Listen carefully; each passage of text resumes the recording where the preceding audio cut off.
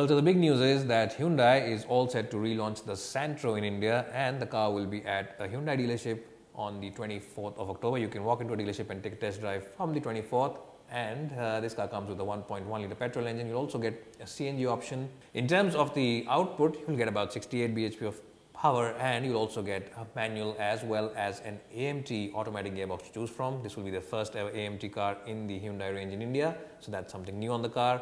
And remember, this car is based on the i10 platform, which means that cabin space will be exceptional and probably be one of the best cars for sheer space inside the cabin in its segment and at its price point. But that's not all in terms of the pricing. Hyundai will also price it very well. Prices are expected to start from about 3.5 lakh rupees and go all the way up to about 4.75 lakh rupees for the top of the line version.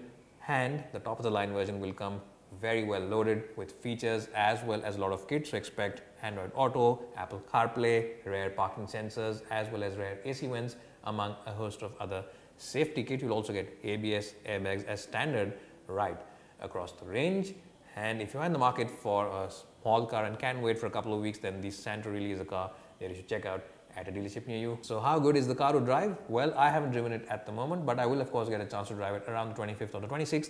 So do stay tuned to our channel and we'll bring you the video review of the car on the 26th or the 27th of October. So stay tuned on those dates to our channel. It's bye for now and hope to see you soon.